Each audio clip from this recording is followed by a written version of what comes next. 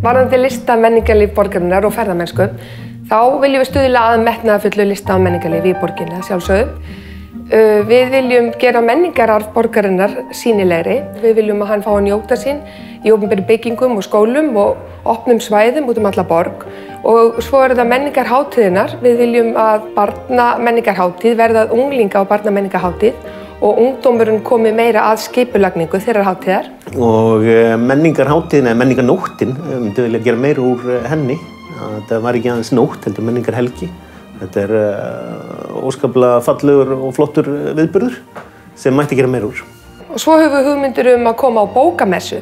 Það hefur sýnt sig í rannsóknum að ferðamaðurinn ekki mjög meðvitaður bókmenntaarfinn sem við eigum og við myndum vilja gera honum hærra undir höfði og vera með bókmenntamessu sem myndi stuðla að Íslandi allt árið. Það að ferðamaðurinn kæmi hérna meira vetri til. Þetta verður eitthvað sem hægt var að gera í skammdeginu.